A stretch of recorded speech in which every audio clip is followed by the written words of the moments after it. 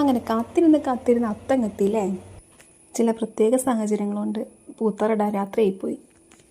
കാല് ചെറുതായിട്ടൊന്ന് പണി തന്നതുകൊണ്ട് തന്നെ ഏട്ടനായിട്ട് പ്രാവശ്യം പൂത്തറയൊക്കെ ഉണ്ടാക്കുന്നത്.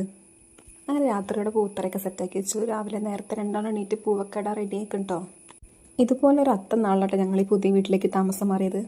അങ്ങനെ ഞങ്ങൾ പുതിയ വീട്ടിലേക്ക് മാറിയിട്ടുള്ള 3ാമത്തെ ഓണാണിത്. അങ്ങനെ ഞാൻ രണ്ടാൾക്കും പൂവൊക്കെ സെറ്റാക്കി കൊടുത്തിട്ടുണ്ട്. രണ്ടാളും കൂടിയാണ് പൂവിടണത്. പാറു ഇപ്പോൾ വലിയ കുട്ടിയായതുകൊണ്ട് അവളെ ഇഷ്ടത്തിനായിട്ടാണ് പൂവിടുക. ഞാൻ അരിഞ്ഞു കൊടുത്ത് സെറ്റാക്കി വെക്കലേ ഉള്ളൂ.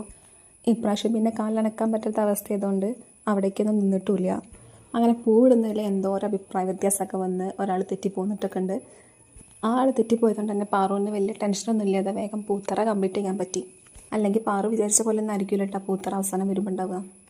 അങ്ങനെ ഇപ്രാവശ്യത്തെ ഫസ്റ്റിലെ അത്തപ്പൂക്കളം പാറു നല്ല അടിപൊളിയാക്കിയിട്ട് ഇട്ടിട്ടുണ്ട്. അപ്പോൾ ഇഷ്ടപ്പെട്ട എല്ലാവരും ലൈക്ക് ചെയ്യണേ, സപ്പോർട്ട് ചെയ്യണേ.